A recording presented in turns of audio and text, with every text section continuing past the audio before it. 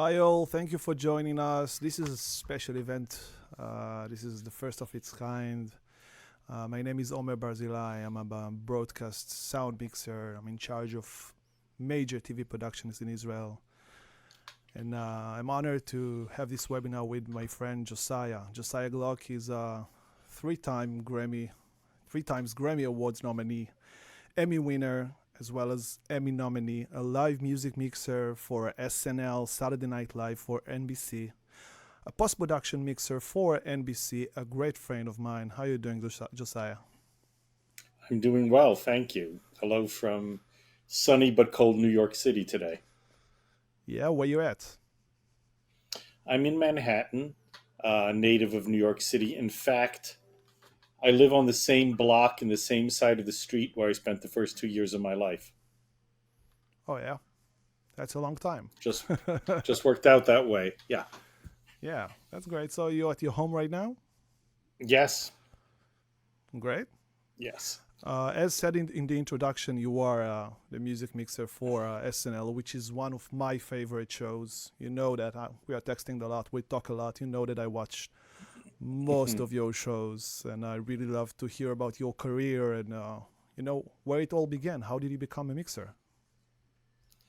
I became a mixer. I think I always had a love for technology, sound technology. When I was a little boy, I loved tape recorders and movie projectors, jukeboxes, TVs, all that sort of stuff. And I just was always fascinated by it and would play around with whatever I could get my hands on. And in high school, did a couple of trying to do some recording. I remember learning how important it was to have balanced shielded cables on a microphone because all I got was a radio station, AM radio station, in the left channel of this one thing I was trying to record. But when I got to college, I spent a lot of time working at the college radio station and also taking some classes at the Peabody Conservatory of Music, which had its own recording studio. Now they have a big recording program and lots of great gear. But back then it was some Tascam TIAC board. I don't even think they called it Tascam. It was a TIAC board. Yeah. And I remember we would record orchestras with like two 87s and two KM88s. And it went to an ATR 102. And that was the gear. And but then when I got out of college, I got a couple jobs at some studios, and I ultimately joined SNL. I mean, I got out of college in 1981, and I joined SNL in 1992-93, that season, and spent the first 3 years doing work with audio tape playback, there's music stings and sketches and voiceovers, recording voiceovers and things like that. Yeah. And after about 3 years, there was an opening to get into the music room, and that's really what I do. I mean, I had had a full 10 years of working in recording studios, making records before I even got to the music room at SNL. So I had a lot of music engineering experience, not a lot of live television experience, and not a lot of learning how to mix, rock and roll on it or any kind of music in a live situation. Yeah. So, what do you think? Let's go back for a second, a few minutes backward when you were talking about education. What do you think about education for a sound engineer? Because there is a lot of arguments about, well, if you should you learn or should you just start working. There is a lot of discussions about people say just use your ears. A lot of arguments about that. What do you think about it? Well, my feeling is that I come from the path or from the background of just sort of, they take somebody and throw them in the pool and let them swim. Yeah. I worked as an apprentice at a studio for a summer in the summer of 1980. And then I got hired at a studio in 1981 and was there and then went to a record label and ran their studio. And I had no real formal education in sound engineering except for those 2 semesters at the Peabody Conservatory in Baltimore. So I believe that it is possible to do this just from diving in. Nowadays, with so much being computer based, you have to know a few things. You have to know Pro Tools, or maybe Logic if you are a composer or you work with a lot of composers. I really don't know Logic. I know Pro Tools pretty well. Yeah, I know that. But that's, yeah, but this is, as they say, that expression, it's the coin of the realm. I mean, it's the basic building block. It's like if you said, I want to be a lion tamer, you're like, okay, can you run? So, yeah. So the education thing, I mean, I've worked with people who've come out of schools that are like the University of Miami or Peabody in Baltimore or Berkeley. These people have a good musical background as well as some solid engineering. But some of these smaller schools, or what I call tape recorder training school, I remember the summer of 1980 working in a studio, and one of the engineers asked this apprentice, an assistant, "Can you just cut some leader tape, splicing tape? Could you do that?" Person couldn't do it. They'd never done it. But they had this degree from this university. Whereas I, who was getting a degree in something else at a university, nonetheless spent a lot of time at the radio station.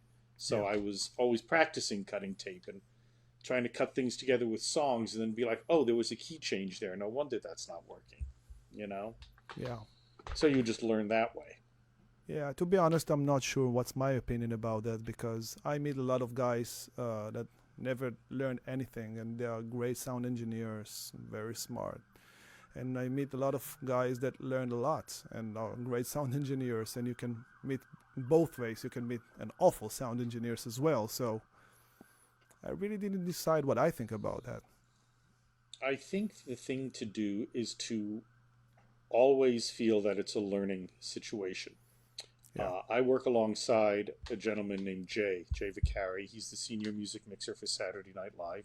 And we trade off a bunch because he's always on the road doing other projects. He has a big company called Music Mix Mobile. The time of COVID, he hasn't been traveling much. So this season, I've basically been, as I say, vice president. I'm not really stepping up to the console. So if he's EQing the second rack tom, I don't know how many times I've heard or watched or listened to him EQ a tom. You cannot count the number. Yeah. And yet I'm still paying attention. I'm still listening because everything is new. Everything is different. And the minute you say, oh, well, I have this, then you don't. You can learn, I hesitate to say shortcuts, but you have a lot of tricks up your sleeve. This sort of thing right here is going to get me pretty close to where I need to be. I mean, if you have limited time and you say, you know what, I have this preset curve that works on a kick drum. I have a curve saved, an EQ curve for like a dynamic mic or a condenser mic in a kick drum, this kind of tom, this overhead. If you throw that on, yes, you'll get pretty close to where you need to be. But it's not one size fits all. You can't just say, all right, I'm done. No, can't. Yeah, we always have limited time in this kind of show, definitely on SNL, You cannot hold the bands and everyone just as much as you want. That is true. I mean, yes, we do have, I'm sure a lot of people work now is with virtual sound check, as I like to call it, where you record, and if you use this Lavo MC66 console, and you'll see in the GUI that it's microphone right to Pro Tools. There's no, we don't do any EQ or compression or anything to the actual, on the track. And then we can play it back as much as we want, fixing EQ, dialing in compressors or gates or whatever else we want to do. Yeah. What's interesting to note on our setup is that although people work on different consoles, you could show the photos, there's one preamp that is fed to everybody, Let me and try to find the right picture. Right, and I control the level of the preamp. So this is my control room. Yeah. And the preamp level that I set there is what is set for monitors and is what's set for PA. And So I can also... You share the same preamps? We share the same preamps, yes. Before we put in the Lavo, we were on the primary side of a splitter, and we would supply phantom. Mm-hmm. And everyone else would have the mic split, and they would take their own preamp levels. Yeah. And so now, of course, you have to be very careful working this way. When you say, "Oh, I want some more level," and you crank that up on a vocal, and all of a sudden there's feedback because monitors didn't know you were turning it up, or PA didn't know you were turning it up. So you always have to get on the PL and tell people, I am changing the level. Yeah. I'm always have my little foot switch there, and I'm always saying, watch it, everyone be careful, I'm adding a vocal, I'm adding changing level, or what have you. Yeah. It's the same way, and if I'm in a studio, if I hear any problem with anything, first thing I'll do is get on the talkback and say, everybody, take your headphones off now. Just everyone, take them off. You know, it's faster than even saying, let me kill the headphone feed. Just take them off. Yeah, we actually had the same issue in the Eurovision. We had, this is totally different stories, not for this webinar, but we had about 13 mixing desks.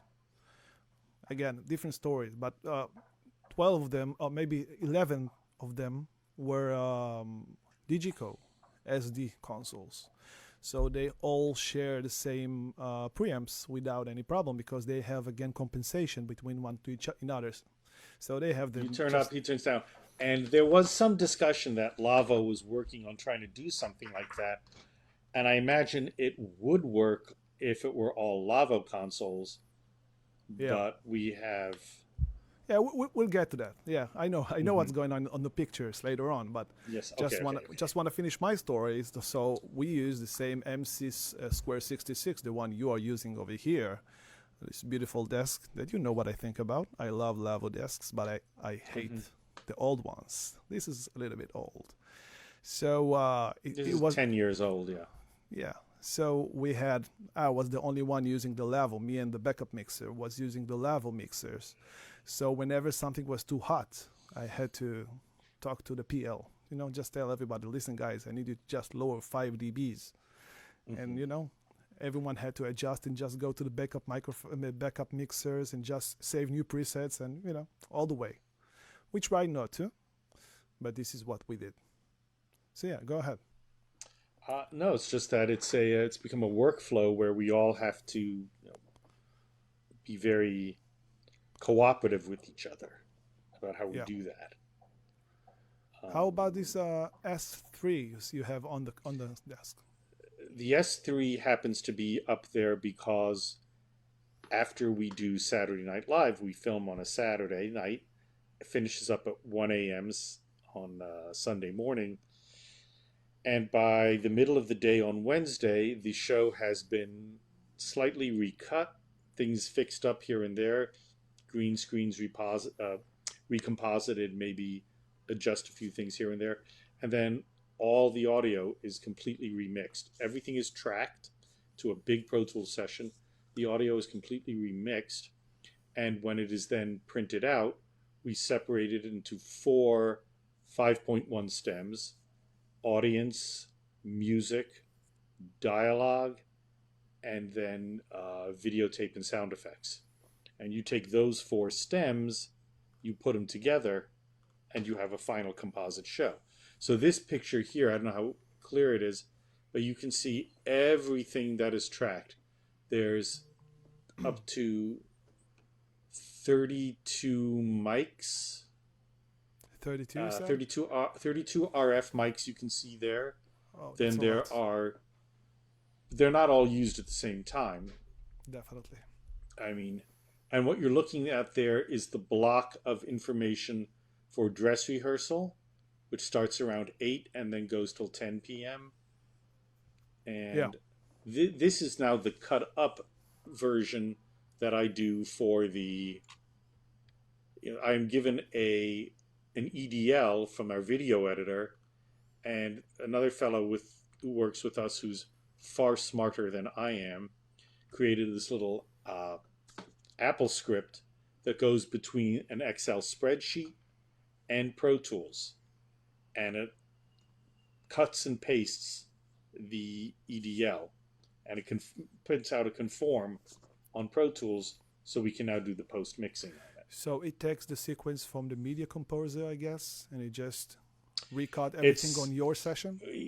It comes out of Premiere. All right. That's so a they surprise. cut it on Premiere, and then it becomes...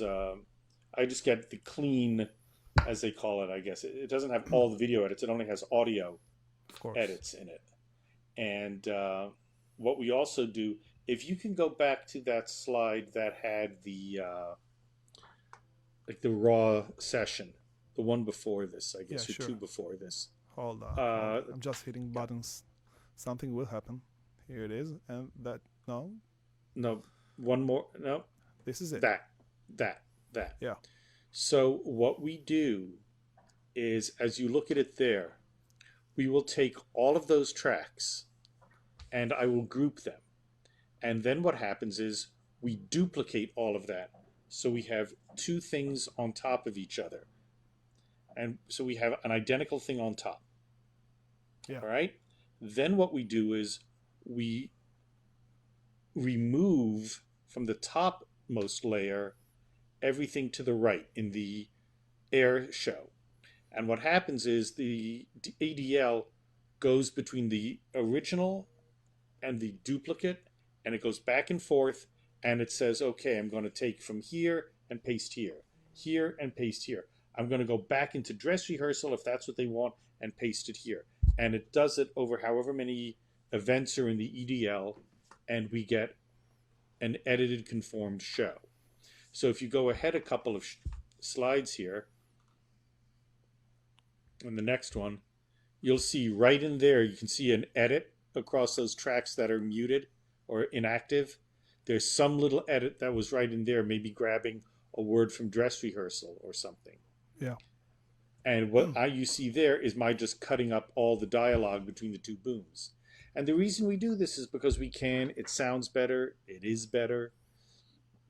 And it also helps the show create best of versions and syndication, because a lot of that life after the live broadcast is where it also makes money. Yeah. So what we see, what we watch in Israel is not the same exact show as it was broadcasted in the US? I don't know how quickly you see it.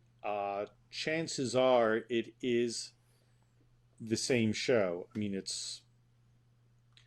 they will probably change things up for, like, for example, on the show we just did, it was okay to put some music in the repeat, but other stuff had to be changed for web versions. Yeah. So by tracking everything like this, we can change up, we can replace music. Yeah. For example. And what I'll sometimes do when I'm mixing something, if a boom was late coming over to grab someone's line or there's noise, I will, if I can, find the same word, and if the line read is pretty close, I can paste that word into someone's mouth. Yeah, of course. I had something the other day where not only was I able to put the word in, but I was able to get out of the edit quickly enough so that when someone they're playing pool, and he's saying, and he puts the ball on the table, and I was able to keep that sound, because otherwise it would have been very weird without it. Yeah, this is what we do in post work, of course. Yeah. We're trying to sometimes recreate what's missing, it's been cut for many reasons.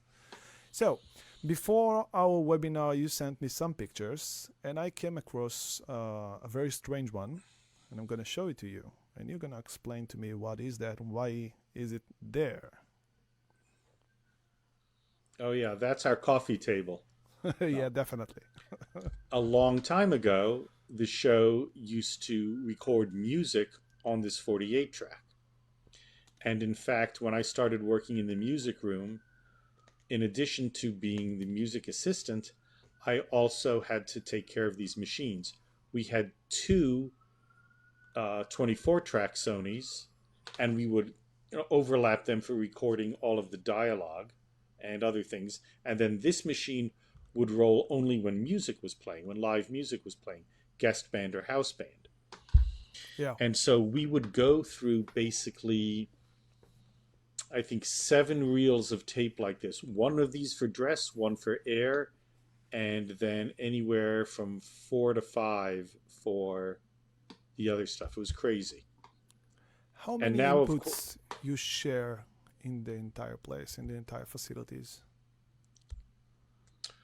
Wow. Well, music alone, we have 144 mic lines for music. That's a lot. And I would imagine, well, yeah. And that's 144, but I think that tracking session is upwards of 196, because if we could go back to that that picture, sure, the Pro Tools stuff, you can go back sure. if you... Yeah, look at me. I can cut between pictures. Okay, well, you can see right there in the lower part, 8H sound effects, 88 VT. There are a lot of 5/1 tracks there. Yeah. So there's a lot of inputs going. I think the tracking session alone is easily like 128 tracks or something like that. And what we also do is, you can see, if you look to the left side there, where you see announce 1 and announce 2, and then you look further to the left, you will see director, AD, stage manager 1, stage manager 2. Yeah. Those transmissions are also recorded, because sometimes when they take some of this material to do a video or a behind the scenes thing or whatnot for the digital people putting things up online, they sometimes want to be able to include, you hear the director, you hear this, you hear that. Yeah. So that's all tracked now. So each one of those things is a track. And for the Lavo world, it's like another resource, another digital tie line. And so there's a lot of DSP going on.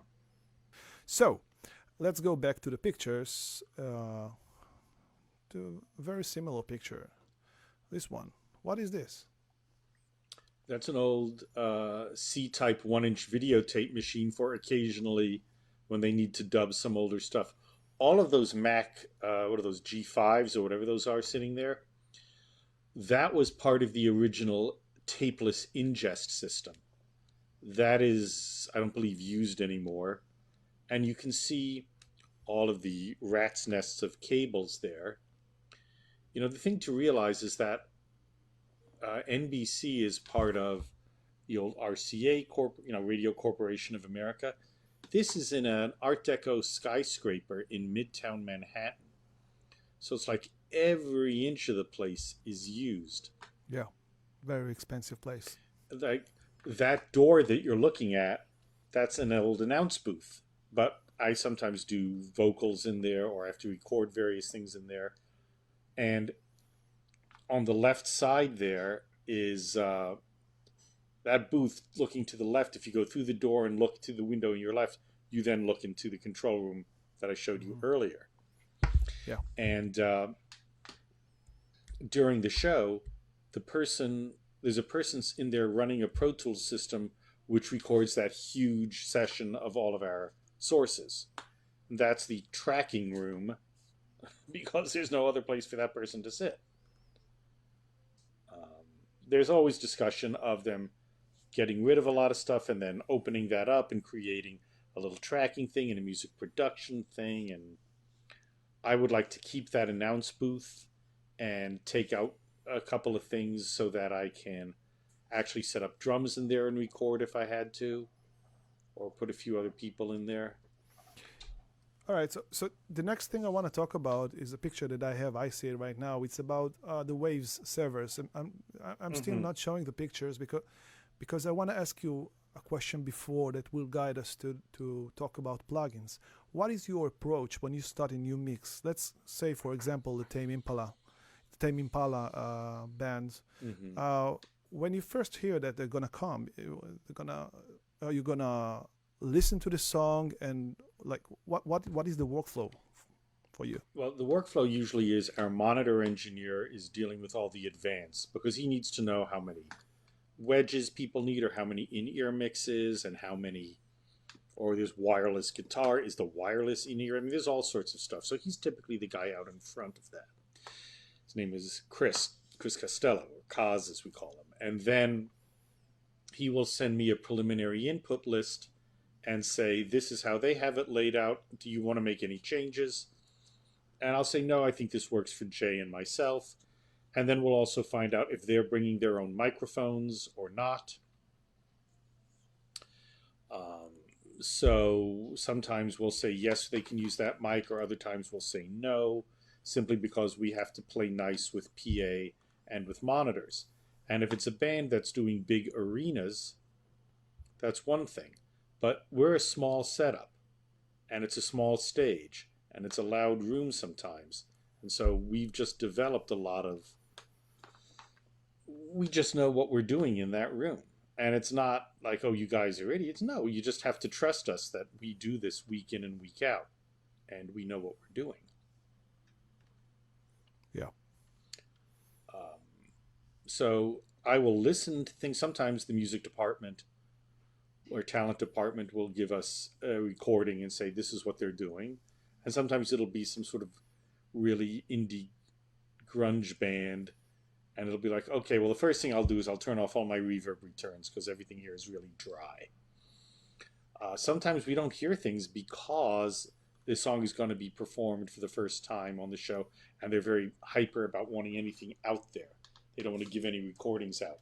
So we might hear it really for the first time on that Thursday. Typically, there is somebody from the band giving you some guidance or some assistance. And I'm happy for that feedback and that input. And I will sometimes, if there's, let's say there's a special vocal line that needs a delay throw in it, you know, I'll say, fine. It's live TV. Here's your fader. Don't screw it up. If someone's out with the band all the time and they know exactly where this is, I'll let them do it. If I am in a studio working with the drummer, and typically, you know, you guys know you'll get the drummer in first. That usually takes the most time to set up, get the mics, what have you. And I'll put mics up. I'll make sure, say, everything okay, nothing's in the way, you're not going to hit anything, I'm not too close, you were there. And, you know, you want to look and see whether or not a cymbal is going to hit a tom mic or something. And then I'll tell them, you know that 20-minute drum solo they're not going to let you put on the record? I'll listen to that now, thank you. And I just listen to things and I start to build a sound. Usually I'll put up the overheads first and then build stuff up. In a live situation, like what we have on our show, I have to get a sound, so does PA, so does monitors. Monitors is also probably working with EQing for a thumper chair. You know, they want to feel that kick drum, other stuff. So that kind of building up a sound, building up a mix is more like the doom, doom. All right, let's hear this. Okay, next drum, next drum. So once we get that together, you're able to start getting some full sounds together. Typically, you may only get like the drum tech, or what we like to call the roadie jam. You know, it's just the drum tech, the guitar tech, the bass tech, they're all playing along just to get you something. And then you get the real drummer to sit down and you got to change a few things. But of course, you're typically just building things up, and the show is mixed in surround. But typically start to build the mix just in stereo and then open things up into the surround field. And we don't do crazy stuff in surround.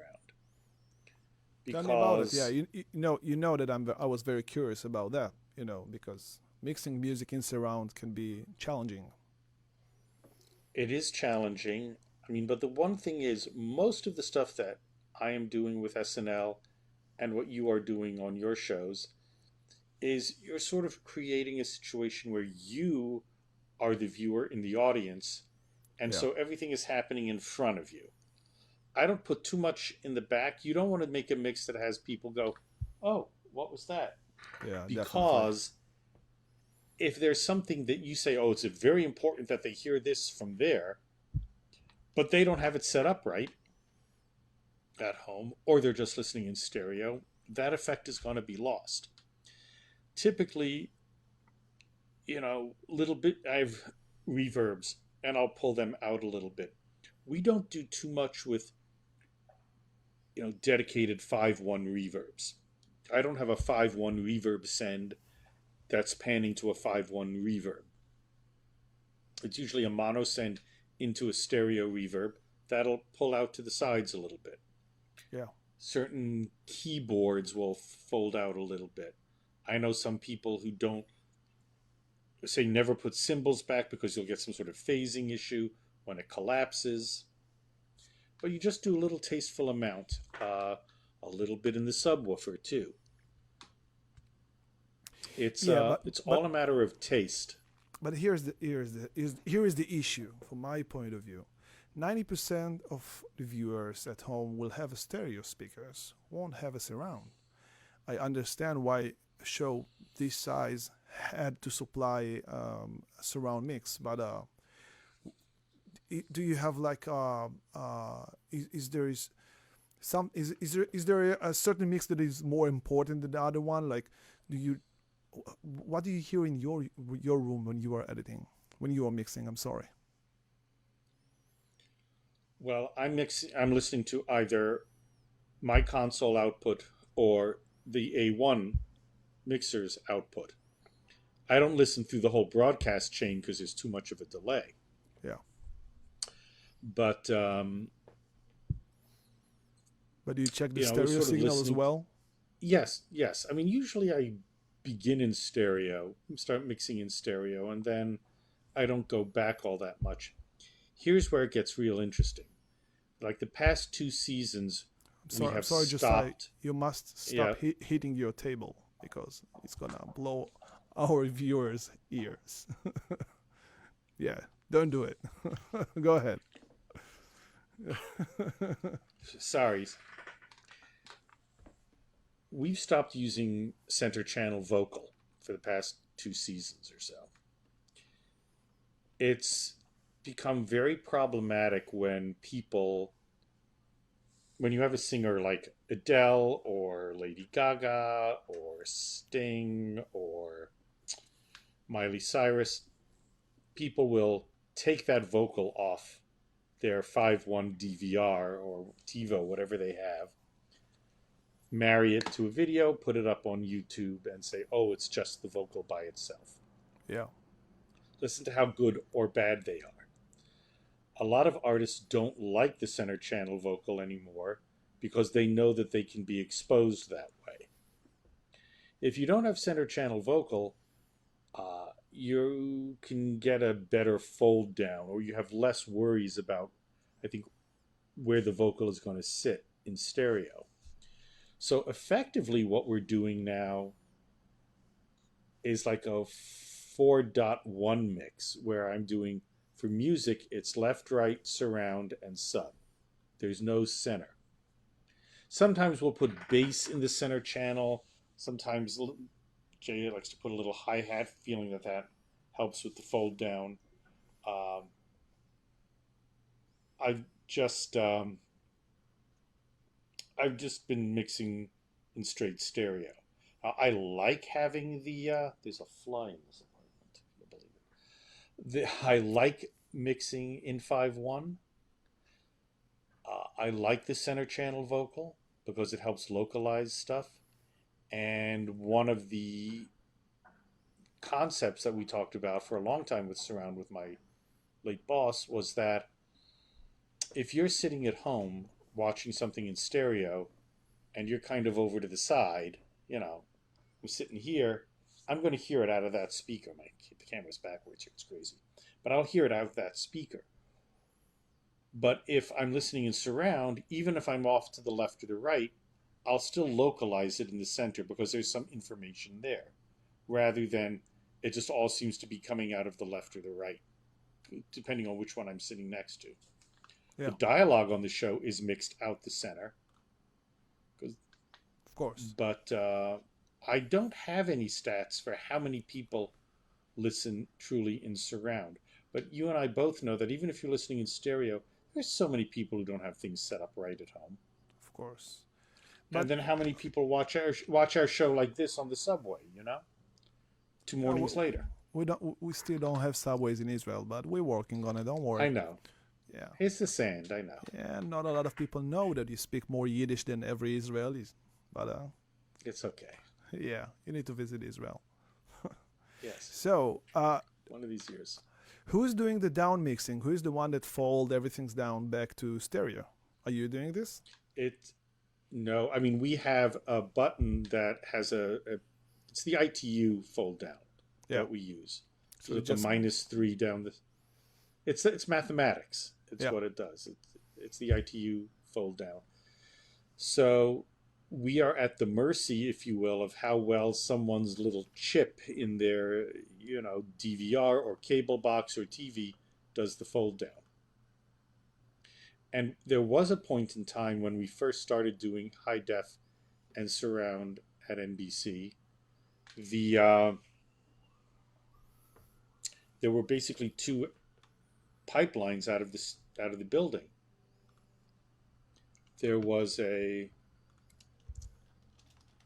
sorry, my mail app took over. There was just we had an SD stereo feed and a high def 5.1 feed. Now we only do 5.1. It's the only thing that goes up on the air around the network. I mean, you can do over the air high def surround here. Some big locations, larger communities, larger cities have that. But I imagine if you're, doing over cable, whatever, stereo is a consideration for us. I think we stopped worrying about mono a while ago. But I don't want to sound like, who cares? But, years ago it used to be check your stereo and mono. Now it's check your 5.1 and your stereo. Yeah, again, at the Eurovision with the same desk, I used to mix the songs in stereo and use, I did some tricky things. I used the ambit. You have an ambit function in the console, right? So I found certain parameters that I like. So I used the ambit just to add something in the center speaker, and I just used manually. I just added reverbs to the back because I just said the Eurovision is only vocals and playbacks. So the full mix is constructed from vocals. Sometimes up to 6 vocals, and one of them is the lead singer, and you have many tracks playing the playback, and you have many ambience microphones. So I just blend everything inside with the ambience microphone just to put the atmosphere at the back. Yes, exactly. And because it's what we call it's a proscenium, you're in an audience watching a performance. I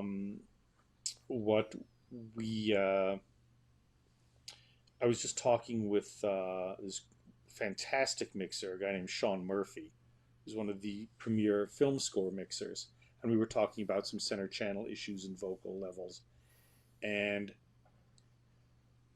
he referred to he'll sometimes diverge the vocal into the left and right a bit. He says to give it shoulders. That's a great way to think about it.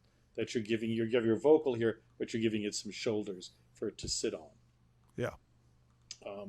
When I used to mix center channel vocal, and if someone were to call me tomorrow to say, do this, and we're doing center channel vocal, I will make sure that some reverb or the delay, let's say, if it's a mono delay, the delay is not phantom. It's also there.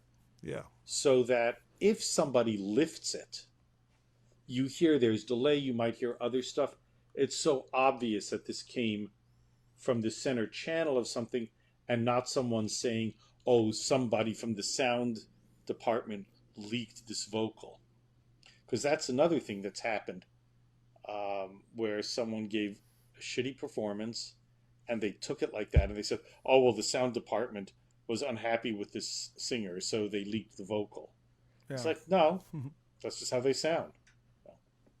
But it was there's nothing else in the center channel to kind of like an identifying thing to say, look, this is part of a mix and not just one lone microphone that has been somehow leaked. So if we've been mixing about, if we if we were already talking about ambience mics, let's talk about the studio, because the studio has its own sound, right? Yes, I mean the interesting thing about this studio is that it was built in 1932 as part of the RCA NBC broadcasting system. At the time, it was the largest radio studio in the world, Studio 8H. And you can see there's a big clump of, apart from the things where they're mopping the floor, there's a big clump of gear. You can see the crane sort of in the center of the studio. Yeah. And going to the left is where the house band is. And if you keep going to the left, there's a room back there where there's the Leslie speaker for the organ for the house band. The guitar amp for the house band is back there. And then beyond that is a hallway and some elevators, and then 6th Avenue in Manhattan. So I'm guessing from where those, you can see the little wheel of the crane camera there. From there, maybe 70 feet to the other side, maybe a little more, a little less, is the street. And the 8th floor, and maybe at about the height of the 6th floor, used to be the 6th Avenue elevated subway. It was an elevated train. The subway before they ran it underground. Sure. So, even in 1932-33, they wanted to keep the room isolated. So this room was a floated room, which was unbelievable for the time. All of the lights you see hanging there, all of this was converted to television use sometime after World War II, like 1947, 1948. So any of that isolation and any of that specific treatment was all compromised at that point. But there are times if that crane is rolling by or someone's rolling a heavy thing, you can feel the floor bounce a little bit because there's still some springs under there. Isn't it scary? No. I mean, it's not like being on a trampoline. You're like, oh, that's interesting. You can sort of feel it give a little bit. Yeah. Nice. So let's talk about... and by the way, yeah, I just want to show the pattern you see on the floor in the foreground, and then there's the other pattern. These are because there are sets set up, and this is like the floor that's painted for the set. And then they just wash the paint off and do it again. That's nice. For the next sketch, yeah. In Israel, they just put carpets. They never paint the floor, just for commercials. But again, different stories. Let's go one more. I want to talk about this one. All right, what are we seeing here? I'm seeing two solid states. You know what's going to be my next question, right? When we'll see the other mixer. But we see two solid states. Yes. I'm sorry, two SSL live consoles. Why Yes. there are two? The one on the left is used for the guest band and the house band, as well as any sort of fold-back reinforcement that has to happen with a sketch. If there's live music in a sketch that the house band is playing, or there's music that's playing from tape, from audio tape playback, that is to be able so the artists can hear what's going on.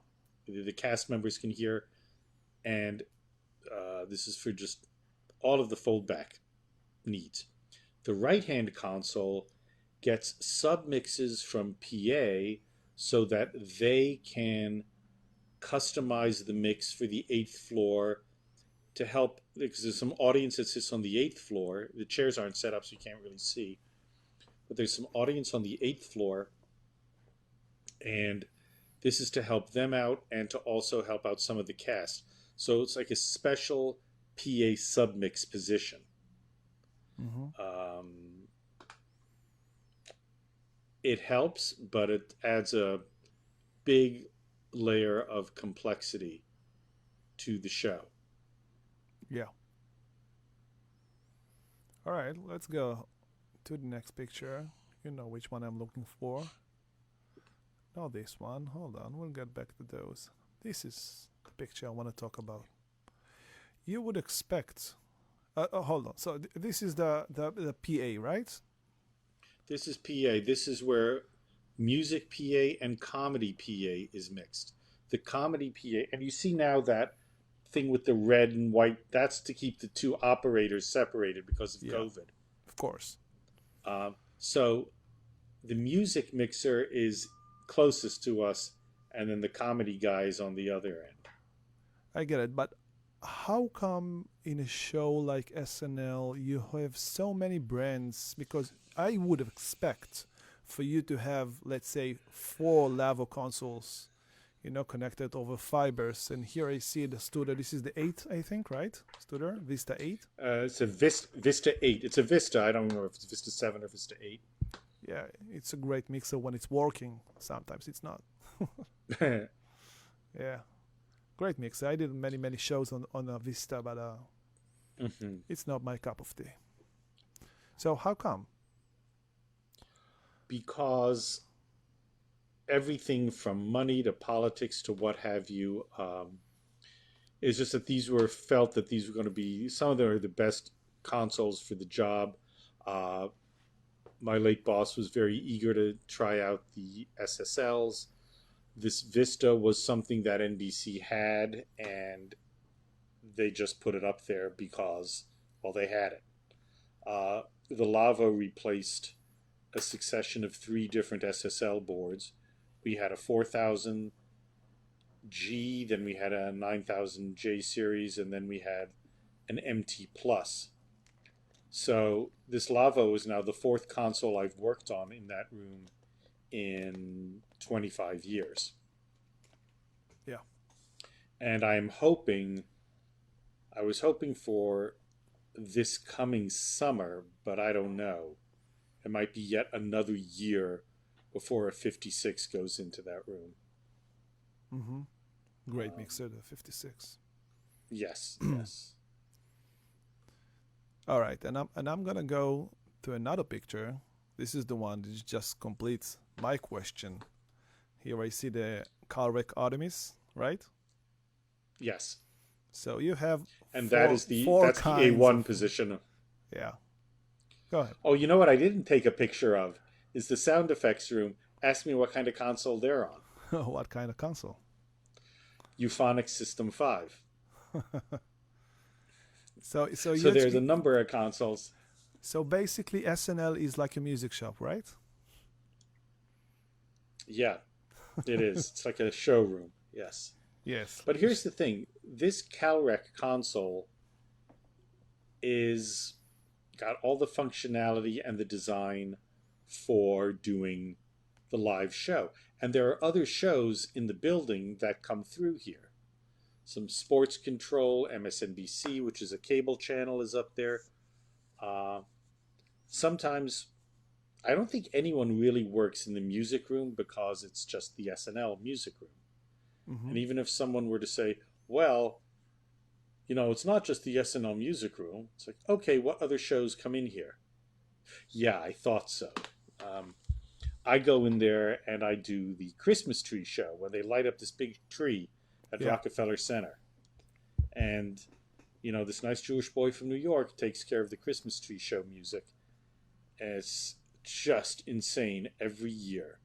And then every year we fade to black and I'm like, I'll never do this ever again. Yeah, I've heard and then in August, a few times.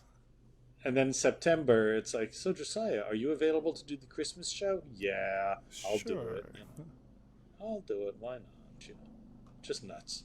Yeah. But the big change with this Artemis going in and a lot of audio over IP now in the building is that wall on the right that has all of the pictures on it, that used to be a wall of nothing but patch bays. That's all. It's all not needed anymore. Tell me all about it. How did you change shows? If it wasn't for digital mixer like Calrec, if this room did more than one show, a lot of patching. I mean, it would look like a forest of, it was like little colored skinny dreadlocks. All those patch cables hanging there, and there would even be a separate patch up for Saturday Night Live on Thursdays and Fridays, and then they would have to add more patches for transmission and Canadian broadcast and other QC stuff and whatnot. It was just crazy. Now it's all with snapshots and digital, audio over IP. Yeah, that's great. So, oh no, we can't play any more videos. So tell me, when I watched a few... Well, I was going to say, maybe we should try at the very end to just play one video. It will be our farewell. We'll either get kicked off or we won't. Yeah, you know which one I'm going to play, right? Yeah, I do too. All right. So yeah, we're going to end up soon. Let's chat a few more minutes and then we'll try to play the video, right? So I watched the show. As I said, I tried to watch it quickly when it's on. Now it's not on, right? It's off, right? We're off for 3 weeks, and then we have 3 from the end of May, sort of in April. Then there's 3 weeks off. There's 3 shows in May, and then we're done for the season. Okay. So, I'm sorry. So I watched the show and I saw the vocal mics. Sometimes you use a Shure mic and sometimes you use Sennheiser mics. Why? What is your approach? Like, are you choosing the mics? Are you the guy that decides who's gonna sing on what, or they come with a list of demands? A lot of the time, the artists want. I believe we mostly have Sennheisers. Most of the mics we have in house are Audio Technica and Sennheiser. But of course, if we have plenty of other things like, if you want 98s on your toms as opposed to AT3000. We've just had a relationship with Audio Technica for a long time, and they've provided us with a lot of mics, and we like them and we use them. And it's not like, oh well, they gave it to us, so we have to use it. No. We're very particular about what we use. There are some mics that some people like, and we're like, ugh, I don't want to use that. I'm not going to say names, but we're just not going to use that. We're not going to use that.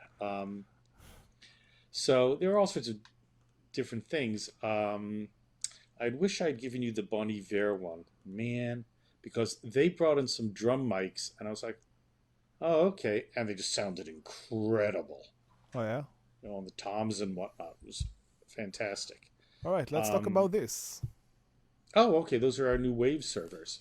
Yeah, I think Israelis are well familiar with Waves plugins.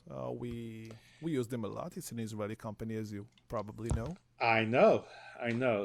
Such nice boys. They make such a nice product. Yeah. Some of them are. Here's the interesting. I met a guy in the U.S. who works for Waves, and his name is Josiah too. Go figure. Amazing. Yeah? Josiah nice in Hebrew is Ishayahu, isn't it? Yes, he was a king. He's from. He discovered Deuteronomy. He found that, and he outlawed astrology, not astronomy, but he outlawed astrology as a form of religious practice. No, he was a reformer. He got things back on the straight and narrow. But he also died young in battle, I think, like age 30. But he ascended the throne when he was very young. So anyway, that has nothing to do with mixing audio. No. But anyway. It's going to be on our next webinar. It's going to be about Bible, of course. Bible class, yes.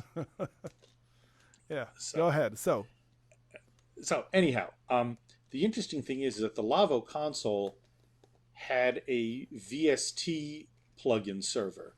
Yeah. Which did not work terribly well. So now they have the Waves integration, which we use.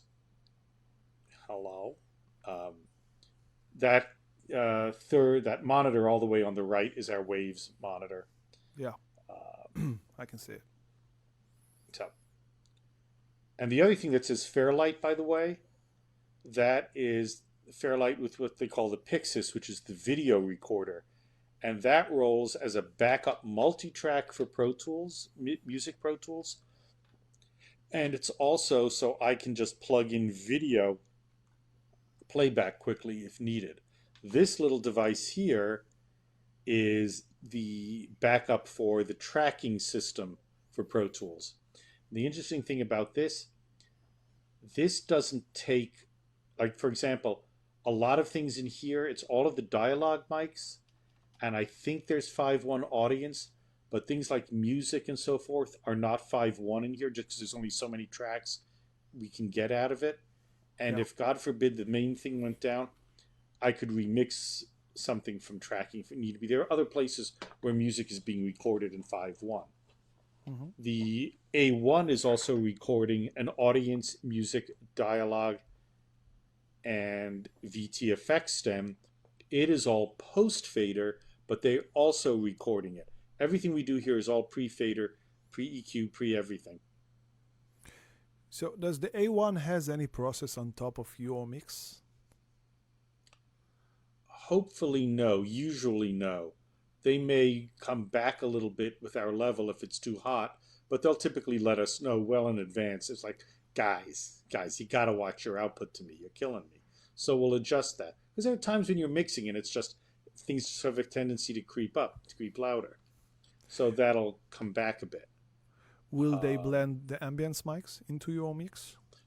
Very rarely, unless someone asks for it. Part of the problem is that the minute you turn those audience mics on, it's not like it's not like Wembley, you know. The music in there is loud, so all you do is add a lot of all that low 300 stuff, which I just hate. Yeah, but you bane can of cut them my out. existence. Yeah, but then what happens is that it affects the sound of the audience in general. What are we going to put a filter in for that? Typically, the show aesthetic has always been that it's out. Sometimes if there's cheering going on and they know where it's going to be, they'll crack it open a little bit. Yeah. But typically we don't put it in there. Okay. I have so many questions. You didn't answer my questions regarding the plugins. Which kind are you using? You start talking about the level server. Well, you know, the thing is, yeah, because for the longest time we did not have plugins, really. We used to have a lot of outboard gear. Neve 33609s and 2290s, TC, all that sort of stuff. Some Tube Techs and Summit amps and EQs and compressors. Now we're using a lot of plugins, and we have them, so we use them for delays, and they're just sort of baked in. They always have delays on the console, like DBX 160 on some drums occasionally, or CLA. I mean, you have all of these choices. Yeah. So it's like my system here at home. Once I finally got put in a lot of plugins finally at home, and so forth. So you just sort of pick and choose what you want. I myself like the VEQ a lot. We also are using the, what is it, the FTA, the 6A, it's that sort of multi-band compressor. F6. The F6, yes. Yeah. Use that on vocals a lot, because that like really helps. Yeah, this is like sort of a new version of the C4, as my point of view. I don't know if this is official or something, but I stopped using the C4, replaced it with a F6 or the C6 or whatever. F6 sounds much better. Yeah, and we'll put, you know, for a de-esser here and there, or if someone wants an effect, sort of. But it's very helpful because we used to. There were times if someone wanted a really weird distortion effect, I would insert it, send, and then bring it back on another fader. This old Summit tube preamp we had, and I would just crank the input and fry it, and that would be the distortion if someone wanted that. Then you bring it in a little bit. All right, let's talk about Coldplay. Let's talk about Coldplay. Coldplay was a very unique situation. I don't know if you have any of that in paperwork I sent you or not. No, it's not loading. I don't know why. No. Don't worry about it. But what they wanted to do was have this begin with Chris Martin singing somewhere in the studio, and they sent us this elaborate stage plot of how they wanted him to walk across the studio. And he thought maybe we can follow me with the boom, and we're like, there's no way the boom is going to work. And then ultimately, we wound up taping a lav to his chest underneath his shirt, and then switching between the mics at a certain point. And we also had some of the band in the audience, and you'll see them. They're all on wireless and so forth. It just worked out really, really well. I thought it was very exciting. And I guess we could try to roll it and hope we don't get kicked off. Yeah, let's say goodbye before we roll it. I'm sorry, you know what is an R for in Israeli, of course. Yes. It's not easy for us. But Yes. Before we say goodbye and hope people still watching, who knows, with this messages we got from Facebook, I think that this Coldplay video was one of your best mix ever. Did Thank you? Yeah. Did you get any tracks plays from Pro Tools while they were singing from the band? Some of the vocals are playing off of tracks. The other thing that Coldplay does is that their drum setup is they pre-mix things off stage, and then they hand us stems. And you would think like, well, you don't have to do anything. No, there's a lot of mixing that goes on. The fact that they had the lone overhead was a Neumann U67, the newer U67, which you can have for the low price of $6,000 or whatever it is. Of course. I have a few over here. 67s? Yeah, I love 67. I'm kidding. Anyway, I thought so. Anyway, they had a little bit of vocal spinning. And of course, it's all tied. You'll see there's a video, which is all driven by that. It's all time code locked and clicks and everything. But this is what they do. This is Coldplay. Yeah. But I worked with their producer engineer, a fellow named Rick Simpson, who's just a genius. And in fact, he did something in Jordan after we did this, and he hired a Lavo desk specifically because of working with this, and he asked me to just take pictures of what I had done on the EQ, the EQ curve and whatnot, to send me what you did because it worked really well. So it's like, okay, I like that. That's fine. Next time I start charging, but otherwise. Good. You're Jewish, you should. I know. All right. So I appreciate for you being with us. And thank you. We just froze. I have no idea. Do you hear me? Good. Yes, I do. All right, I'm frozen on this end anyhow, but I can hear you. You're still moving on my end. So yeah, I'm just going to play the video and say thank you, Josiah, for being with us. And say thank you for our viewers and for the sound group for hosting us. I'm back. And thank you. Yeah, and I really hope people watched the whole thing. Either way, I'm gonna. It was recorded, so in case someone didn't, I'm gonna cut it and just put it back online, just without the music. And people can contact me through you if they have questions or something. Sure. I'm happy to answer questions. Yeah, let's hope we're gonna have another one like this one. Yes. Great. Thank you very much. Thank you, Josiah. Likewise.